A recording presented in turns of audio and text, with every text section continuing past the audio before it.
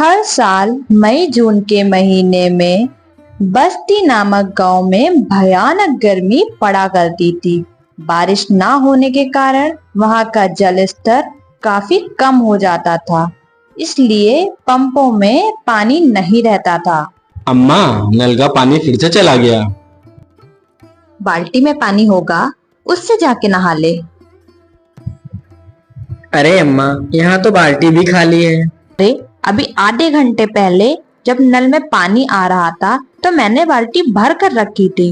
काजल madam जी उसी पानी से नहा ली होंगी और हमारा लड़का तो ऐसे ही गंदा रह गया।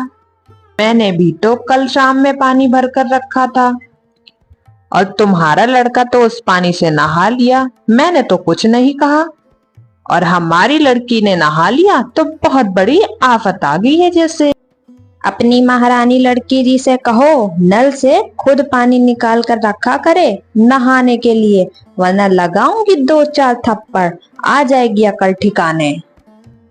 अच्छा, मार के दिखाना, जैसे मेरे पास तो हाथ है नहीं। काजल अपनी नानी के साथ अपने मामा के घर में रहा करती थी।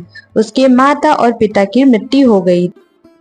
काजल की उसकी मामी से बिल्कुल नहीं बनती थी। उसकी मामी हमेशा यही सोचती थी कि वो यहाँ से चली जाए।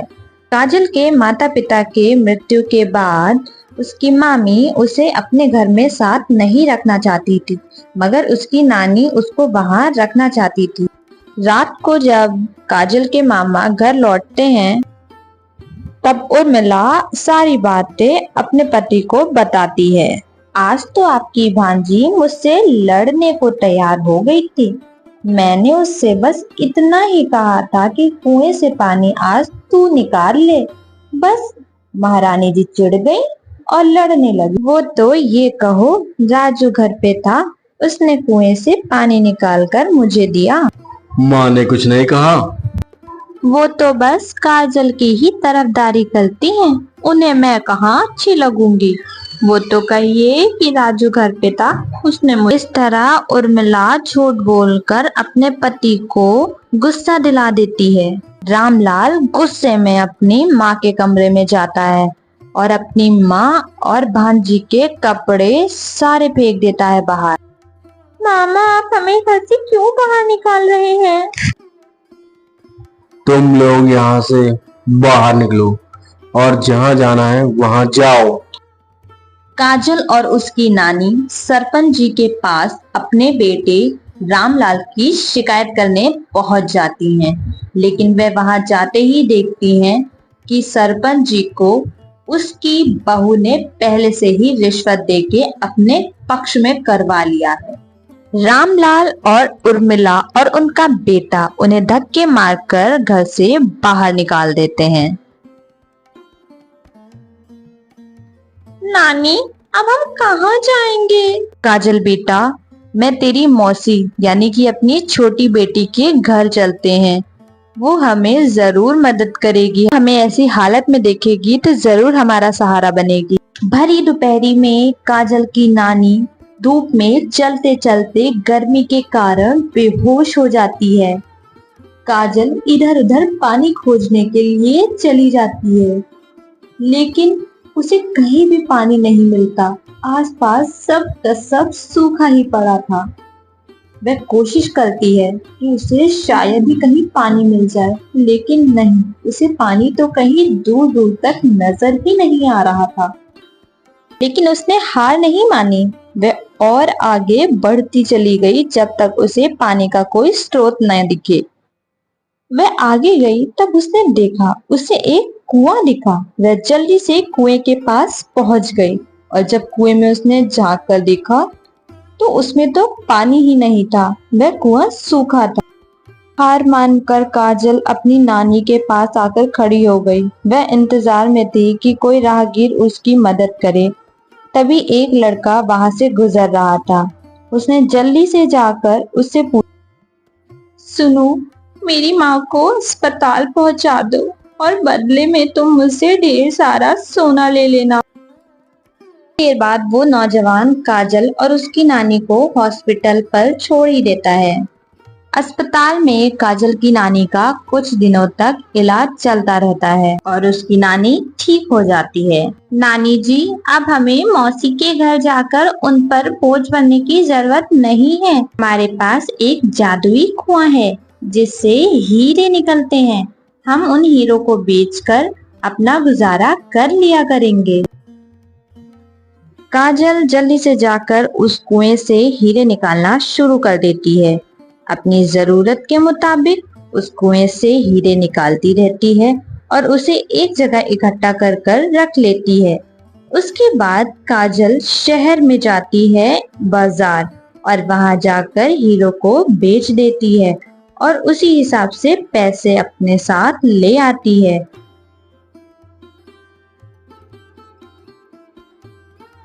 काजल हीरो को बेचकर और घर के जरूरत का सारा सामान लेकर अपने घर पर आ जाती है। वह उस झोपड़ी में सारा सामान अच्छे से लगा देती है।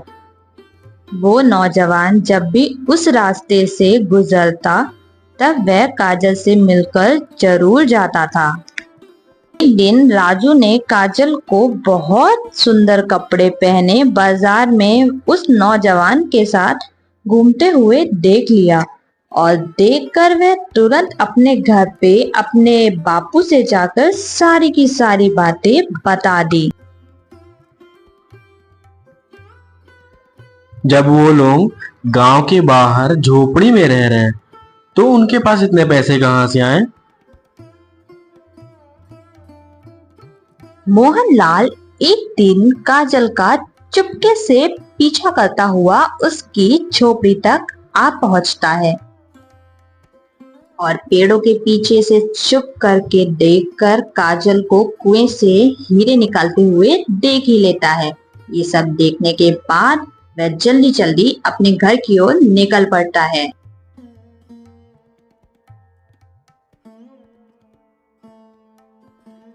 अरे, ये बैलगाड़ी से आप कहाँ जा रहे हैं? जरा मुझे तो बता दीजिए। इतनी रात में आखिर आपको जाना कहाँ है? काजल की झोपड़ी के पास एक कुआं है जिसमें से हीरे निकलते हैं। आज रात हम बैलगाड़ी तैयार करके वहां जाएंगे और वहां से उस कुएं का सारा हीरा ले आएंगे। रात में रामलाल और उसकी पत्नी और बेटा काजल की झोपड़ी के पास चले जाते हैं। जब वो तीनों वहां पहुंचते हैं तब उन दोनों को सोता हुआ पाकर जल्दी जल्दी कुएं में खुदाई करना शुरू कर देते हैं। कुएं में पड़ा हुआ सारा का सारा हीरा निकाल लेते हैं और जल्दी जल्दी अपने बग्गी में लेते हैं। तुम और कुछ लाई हो हीरे भरने के लिए?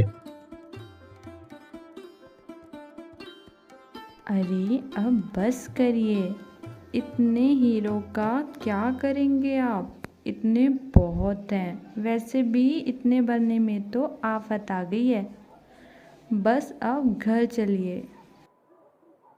रामलाल का परिवार बैलगाड़ी पर हीरो का भार रख कर अपने घर की ओर निकल पड़ता है।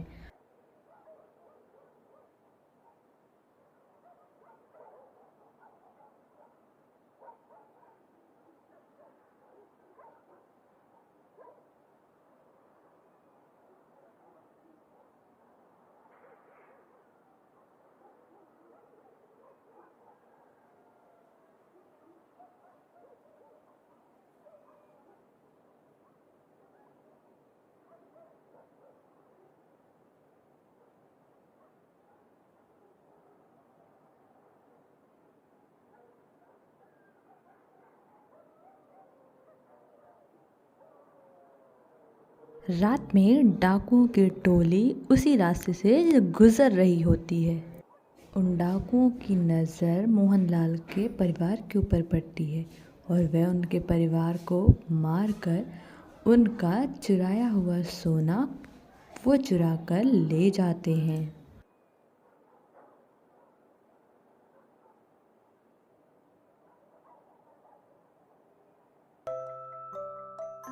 उधर काजल की शादी उस नौजवान से हो जाती है। और वह बहुत अच्छी लाइफ गुजारने लगती है।